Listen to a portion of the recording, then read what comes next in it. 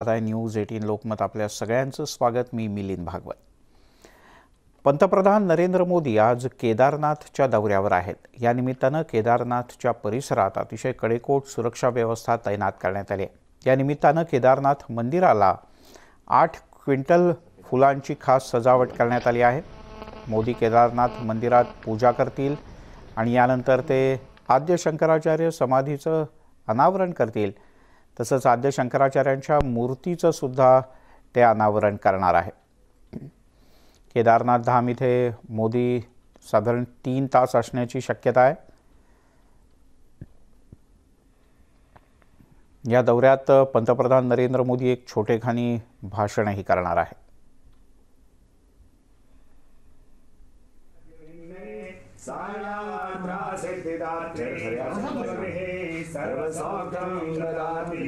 शरणे भवन्तु सुखिनः शरणे सन्तु निरामयाः शरणे भद्राणि पश्यन्तु मा कश्चित् दुर्भाग् भवेत्। बोलो शंकर भगवान की जय। बोलो केदारनाथ भगवान की जय। यतो यथा समेहसे ततो नो अवयं कुरु सन्नः कुरु प्रजाभ्यः पशुभ्यः। आनंद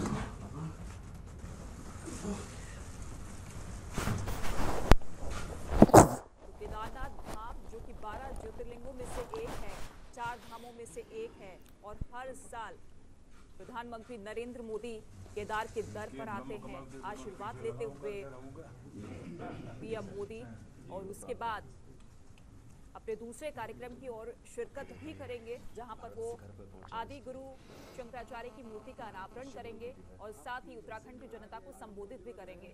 लेकिन ये भक्ति प्रधानमंत्री नरेंद्र मोदी की अक्सर हमें देखने को मिलती है कि पंतप्रधान नरेंद्र मोदी हे केदारनाथच्या दौऱ्यावर आहेत। या दौऱ्यादरम्यान 12 ज्योतिर्लिंगांपैकी एक अतिशय महत्त्वाचं स्थान मानल्या जाणाऱ्या या मंदिरामध्ये त्यांनी दर्शन घेतलं, पूजा केली, आशीर्वाद घेतले। जगातील भारतीयांच्या दृष्टीने, हिंदू धर्मीयांच्या दृष्टीने अत्यंत पवित्र असं हे तीर्थस्थान, तीर्थक्षेत्र। या केदारनाथ मंदिरातून दर्शन घेऊन बाहेर पडल्यानंतर पंतप्रधान इथल्या स्थानिक नागरिकांच्या समोर एक छोटंसं भाषणही करणार आहेत। प्रशांत लीला रामदास आपले दिल्लीचे प्रतिनिधी आपल्यासोबत आहेत। प्रशांत, मिलिंद, आज सकाळी जॉली ग्राउंड एअरपोर्ट जे आहे देहरादून तिथे पंतप्रधान नरेंद्र मोदी पोहोचले। त्यानंतर तिथून हेलिकॉप्टरद्वारे ते केदारनाथला पोहोचले। केदारनाथला गेल्यानंतर प्रथम त्यांनी केदारनाथ मंदिरामध्ये दर्शन घेतलं आणि महादेवाचं दर्शन घेतल्यानंतर त्यांनी ज्या पद्धतीनं आदि शंकराचार्याच्या जे 12 फुटाच्या मूर्तीचं लोकार्पण देखील त्यांच्या हस्ते होणार आहे। आणि यासाठी जर 2003 मध्ये ज्या पद्धतीने महाभयंकर प्रलय आला होता त्यावेळेस केदारनाथ मंदिरासह जे स्मृतीस्थळ आहे आदि शंकराचार्य त्यांचं ते देखील शिनावस्थित गेलं होतं। अशा वेळी त्याची पुन्हा एकदा बांधकाम करून त्याचं पुन्हा एकदा लोकार्पण करण्याचा निर्णय पंतप्रधान नरेंद्र मोदी यांनी घेतला होता। त्यानंतर आज त्याच दिशेने ते पाऊल टाकत आहे। आणि महत्त्वाचं म्हणजे जर बघितलं आपण ज्या पद्धतीने इथं संपूर्ण व्यवस्था करण्याच्या जवळपास 15 टन झेंडूची फुलं देखील ही ऋषिकेशहून मागवण्यात आली होती आणि ठिकठिकाणी मोठ्या प्रमाणात पोलीस बंदोबस्त आहे। खास करून गौरीकुंड ते केदारनाथच्या दरम्यान देखील ठिकठिकाणी सर्वसामान्य जनतेंना काही निवडक प्रवेशाच्या आधारावरती प्रवेश मिळत आहे। आणि सोबतच इथे जे संपूर्ण परिसर जो आहे तो सीसीटीव्ही मध्ये आहे। आणि आता या काही वेळा साधारण 9:30 वाजता पंतप्रधान नरेंद्र मोदी हे केदारनाथच्या जनतेला संबोधित करणार आहे। यासाठी सर्व ती तयारी करण्यात आलेली आहे।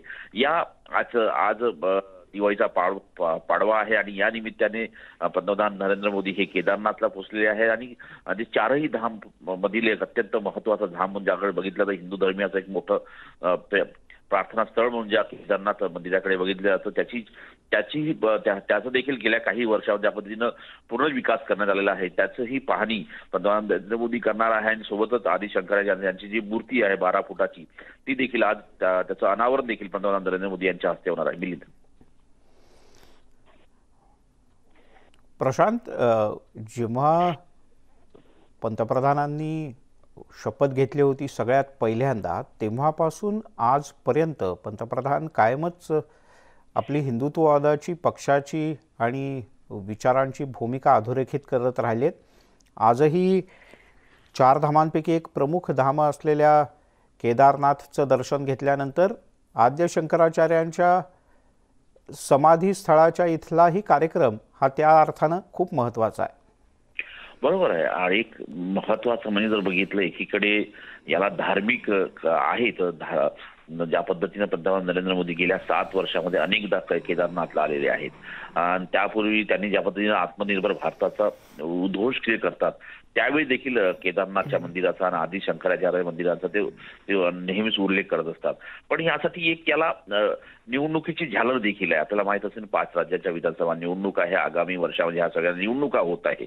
आणि त्यापूर्वी ज्या पद्धतीने उत्तर प्रदेशची निवडणूक ही अत्यंत महत्वाची मानली जाते. आणि उत्तराखंडला लागून असलेले हे मोठं राज्य आहे, ज्या राज्यातून केंद्राच्या सत्तेचा मार्ग मोकळा होतो असं पद्धतीचं राजकीय विश्लेषक सांगतात. त्याच राज्याची एक मोठी निवडणूक आहे. त्यामुळे भारतीय जनता पक्षाला कुठल्याही परिस्थितीमध्ये उत्तर प्रदेशात सत्ता हवी आहे असेही राजकीय विश्लेषक सांगतात. त्यामुळे या अशा प्रकारच्या कार्यक्रमांची रेलचेल आता या संपूर्ण वर्षावर पाहायला मिळेल असेही राजकीय विश्लेषक सांगतात. त्याच धर्तीने जर बघितलं, एकीकडे राष्ट्रीय महत्व असलेलं केदारनाथमध्ये ज्या पद्धतीने प्रलय आला तर त्यानंतर त्याचं अनेक ठिकाणी त्याचं नुकसान झालं होतं. त्याचे पुनर्दुरुस्ती करून पुनर्बांधकाम करून त्यांना पुन्हा एकदा देशाला लोकार्पित करण्यात आलं. आणि आज दिवाळीच्या पहाड खास जर बघितलं, आज पाडवा आहे, कालच ज्या पद्धतीने लक्ष्मीपूजन झालं आणि त्यानंतर आज त्या पाडव्याच्या निमित्ताने त्या मंदिराची भेट घेण्याकरता पंतप्रधान नरेंद्र मोदी हे तिथे पोहोचलेले आहेत. एकीकडे हा एक कार्यक्रम, दुसरीकडे संपूर्ण भारतीय जनता पक्षाच्या वतीने जेवढेही देशभरातले ज्योतिर्लिंग आहेत त्या ज्योतिर्लिंगाचाही प्रार्थना करण्याची, तिथे आरती करण्याचा कार्यक्रम भारतीय जनता पक्षानं आयोजित केलेला आहे. याचा अर्थ याचा होतो याला राजकीय कलर आहेच, पण राजकीय कलरासोबतच धार्मिकतेचाही कलर आहे. आणि त्यातूनच पंतप्रधान नरेंद्र मोदी हे केदारनाथला पोहोचले असे राजकीय विश्लेषक स्पष्ट करत आहेत. मिलिंद. प्रशांत, ही दृश्य जर का आपण पाहत असू तर साधारणपणे पंतप्रधानांचे यापूर्वीचे वेगवेगळे दौरे पाहिले तर कोणी प्रदान केलेला एखादा गमछा असो किंवा अन्य काही वस्तू साधारणपणे इतक्या मोठ्या VVIPंच्या कडनं ती लगेच सुरक्षा रक्षकांच्या मार्फत बाजूला ठेवली जाते. पण पंतप्रधानांना हे जे व्याघ्रासन देण्यात आलं आहे तर ते त्यांनी अगदी जवळ ठेवलं. एवढंच नाही तर ते पूर्ण प्रदक्षिणा करतायत या मंदिराला. बरोबर आहे. संपूर्ण मिलिंद, मंदिर जे आहे या मंदिराला प्रदक्षिणा जेव्हा पंतप्रधान नरेंद्र मोदी हे केदारनाथला पोहोचते तेव्हा त्यांनी या संपूर्ण मंदिराला प्रदक्षिणा केली आहे. यापूर्वी त्यांनी जर बघितलं आपण तर त्यांनी तिथे ज्या पद्धतीनं ध्यानामग्न अवस्थेत तिथे राहिले होते आणि सोबतच तिथे जी गरुड चिंपी जी केव आहे तिथे देखील त्यांनी तिथे ध्यान धारणा केली होती. सोबतच जर बघितलं आपण त्या मंदिराच्या परिसरामध्ये त्यांना एक, जसं तुम्ही उल्लेख केला मिलिंद, त्या प्रकारचं वस्त्र जे देण्यात आलेलं आहे त्या वस्त्राची स्वतः जवळ ते ठेवतात. गेल्या अनेक 7 वर्षांचं जर बघितलं आपण तर ते जेव्हा आले तेव्हा मंदिर प्रशासनाच्या वतीनं त्यांना कुठली तरी भेटवस्तू देण्यात येते आणि त्याच भेटवस्तूला ते अतिशय जपणूक करून स्वतः जवळ ठेवतात. जर आपण गेल्या काही वर्षातले जर आपण छायाचित्र बघितले आणि त्या पंतप्रधान जेव्हा केदारनाथला आलेले आहेत तेव्हा त्यांना बघितलं तर आपण त्यांना कधी गमछा मिळतो, कधी त्यांना रुद्राक्षाची माळ मिळतं. अशा प्रकारच्या अनेक भेटवस्तू त्यांना देण्यात येतात. पण त्या सगळ्या भेटवस्तू त्या आपल्या हृदयाच्या जवळ ठेवतात. आपल्याला माहित असेल की पंतप्रधान नरेंद्र मोदींनी ज्या पद्धतीनं केदारनाथच्या विकासासह उत्तराखंडच्या 4ही धामांचा विकास करण्याचा संकल्प सोडला होता 2005 मध्ये, त्यानंतर या सगळ्या पार्श्वभूमीवरती या सगळ्या याच्या जर बघितलं तर त्या देशाने विकासाच्या दिशेने मार्गक्रमण करतात. आणि त्याचे पंतप्रधान नरेंद्र मोदी सांगतात की आत्मनिर्भर भारत करायचं असेल तर आपल्याला या सगळ्या मंदिराच्या विकासासह इतरही बाबींवरती विकास करावा लागेल. आणि त्याचमुळे एकीकडे संपूर्ण देशभरात जो दिवाळीचा आनंद आहे, दिवाळीचा जो माहोल आहे त्या माहोलामध्ये एक धार्मिकता आणि सोबतच भावना आणि पाहायला मिळावी अशा प्रकारचं चित्र आता सध्या आपल्याला पाहायला मिळतंय. मिलिंद, त्या पद्धतीचं प्रदर्शन सुरू आहे. पंतप्रधान नरेंद्र मोदी 9:30 वाजता केदारनाथच्या जनतेला संबोधित करणार आहे. केदारनाथमध्ये जेही विविध प्रकारची हॉटेल व्यवस्था सुरू करण्यात आलेली आहे तिथे स्थानिक नागरिकांना प्रामुख्याने संधी देण्यात आलेली आहे. जे स्थानिक नागरिक नेहमीच पंतप्रधानांचं अतिशय मनपूर्वक स्वागत करतात. त्याचमुळे आज ते केदारनाथच्या जनतेला तिथून केदारनाथवरून खास करून केदारनाथ मंदिराच्या पुण्यभूमीतून संबोधित करणार आहे. त्यामुळे याला अतिशय महत्व आहे. पहिल्यांदा या प्रकारचं भाषण तिथून होत आहे. यापूर्वी अनेकदा ज्या पद्धतीने बघितलं तर आपण तिथून छोटेखानी संदेश दिला गेलेला आहे, पण आता यावेळेस पहिल्यांदा केदारनाथच्या जनतेला तिथून संबोधित करताय आणि या केदारनाथच्या जनतेस संबोधित करता करता देशातील जनतेलाही ते संबोधित करणार आहे. त्यामुळे आजच्या या संबोधनाला अतिशय महत्व प्राप्त आहे. प्रशांत, हा अतिशय सुंदर असा सगळा परिसर आपण पाहतो आहोत. खूप धार्मिक तर महत्त्व आहेच केदारनाथचं, पण त्या स्थानाचं सुद्धा विशेषत्वानं महत्त्व आहे, ज्याचा उल्लेख तू केला होतास आणि जे सगळ्या जगानं पाहिलं. प्रचंड असा प्रलय या मंदिर परिसरातल्या नागरिकांनी आणि केदारनाथमधल्या नागरिकांनी अनुभवला. पण त्याही वेळेला खूप मोठं आश्चर्य व्यक्त करण्यात आलं की आजूबाजूचा सगळा भाग ज्याला इतका मोठा फटका बसला, पण मंदिराला जरासुद्धा फटका बसला नव्हता या सगळ्या प्रलयाचा. आणि आता त्याचं पुन्हा एकदा नूतनीकरण, तिथल्या काही खराब झालेल्या गोष्टींचा रखरखाव, दुरुस्ती, हे सगळं करून आता या परिसराचा जीर्णोद्धार करणं आणि आद्य शंकराचार्य यांच्या समाधीस्थळाचाही जीर्णोद्धार, नूतनीकरण.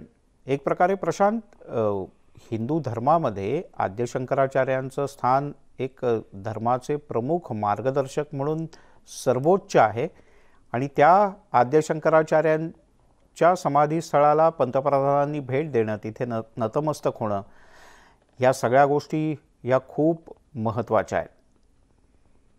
बरोबर आहे मिलिंद, अतिशय महत्वाचं आहे. आपल्याला माहित असेल की पंतप्रधान नरेंद्र मोदी जेव्हा केदारनाथला पोहोचले, सकाळी पहाटच्या पहिल्या टप्प्यामध्ये साधारणतः ते पोहोचले आणि साधारणतः 11:30 पर्यंत ते संपूर्ण केदारनाथ परिसरात राहणार आहे. केदारनाथ परिसरात पंतप्रधान पोहोचल्यानंतर त्यांनी मंदिराच्या आतमध्ये पूजा अर्चना देखील केली आणि बाबा ज्या केदारनाथ आहे त्यांना जलाभिषेक देखील केलेला आहे.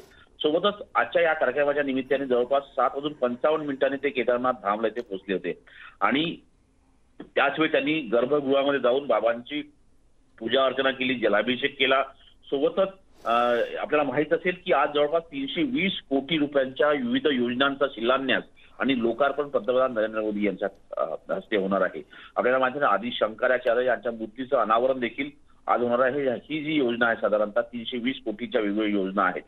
या सगळ्या पार्श्वभूमीवर बघितलं जसा उल्लेख मिलिंद आपण केला की धर्मांमध्ये आणि खास करून हिंदू धर्मामध्ये आदि शंकराचार्याचं स्थान हे सर्वोच्च मानलं जातं, कारण की ते धार्मिक मार्गदर्शनामध्ये सगळ्यात सर्वोच्च त्याचं स्थान आहे. अशावेळी केदारनाथच्या या त्यांचा जो 5वा दौरा आहे त्याच्या कार्यकाळातला, आणि त्यावेळेस एकीकडे पूजा अर्चना, दुसरीकडे धार्मिक महत्व आणि मार्गदर्शक म्हणून ज्यांच्याकडे बघितले जाते आदि शंकराचार्य, त्यांच्या 12 फुटीच्या मूर्तीचं अनावरण देखील त्यांच्या हस्ते होणार आहे. एकीकडे जे समाधी स्थळ आहे शंकराचार्यांचं, जे गेल्या 2003च्या प्रलयामध्ये छिन्नविछिन्न झालं होतं आणि तिथे अनेक ठिकाणी दुरुस्ती करण्याची सुरुवात झाली होती, त्याची पुनर्बांधणी करण्याचा संकल्प पंतप्रधान नरेंद्र मोदी यांनी सोडला होता गेल्या वेळी जेव्हा आले होते.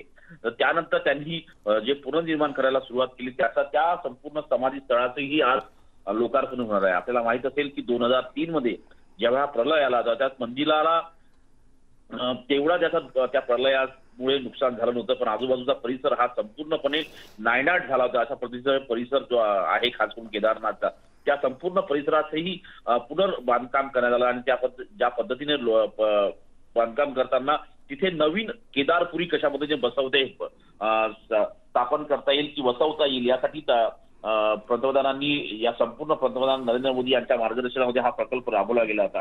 आणि या ज्या नवीन केदारपुरी आहे या नवीन केदारपुरी मधल्या जनतेला ते आता संबोधित करणार आहे. जवळपास 2 तासाचा त्यांचा हा कार्यक्रम असून या सगळ्या याच्यामध्ये त्यांना हे महत्वाचं आहे की इथे जर बघितलं बाबा केदारनाथ जे आहे इथे याला केदारनाथ धाम संबोधलं जातं, बाबा केदारनाथ संबोधलं जातं. इथे पंतप्रधान नरेंद्र मोदींनी अनेकदा म्हणजे पंतप्रधान असण्याच्या पूर्वी जेव्हा गुजरातचे मुख्यमंत्री तेव्हा देखील त्यांनी अनेकदा इथे आलेले आहेत. त्यांनी इथे ध्यानधारणा देखील केलेली आहे. सोबतच योगी शास्त्री बाबा केदारनाथच्या या परिसरामध्ये आदि शंकराचार्य यांनी आपल्या अनेक वर्ष तपश्चर्या केली आणि इथेच त्यांचं समाधी स्थळ आहे. त्या या सगळ्या पार्श्वभूमीत गेल्या 2 वर्षामध्ये ज्या पद्धतीने कोरोनाचं संक्रमण होतं आणि कोरोनाच्या संक्रमणामध्ये बाबा केदारनाथच्या दर्शनाने सर्वसामान्य नागरिकांना उपलब्ध नव्हतं, अशा वेळी ज्यावेळी पंतप्रधान नरेंद्र मोदी अशा वेळी पोहोचलेले आहेत ज्यावेळेस तिथे वातावरण देखील हे विपरीत असतं. अशा या सगळ्या कारणात असताना देखील पंतप्रधान तिथे पोहोचले आणि आदि शंकराचार्य यांच्या मूर्तीचं 12 फुटी मूर्तीचं लोकार्पण करणार. खरंय आत्ताचे दिवस तसे खूप थंडीचे दिवस हळूहळू आहेत आणि आपण इथल्या परिसराची पाहणी केली तर एका बाजूचा पूर्ण डोंगर आता बर्फाच्छादित झालेला दिसतोय केदारनाथ मंदिराच्या मागे आणि अशा याच्यात इतक्या उंचीवरती सलग चालणं हे सुद्धा खूप थकवणारं असतं काही वेळेला. पंतप्रधान आता एकटेच चालताना दिसत आहेत, कदाचित एक वेगळ्या प्रकारचा एकांत त्यांना अनुभवायचा असेल. प्रशांत, तूर्तास धन्यवाद या सगळ्या सविस्तर माहितीबद्दल.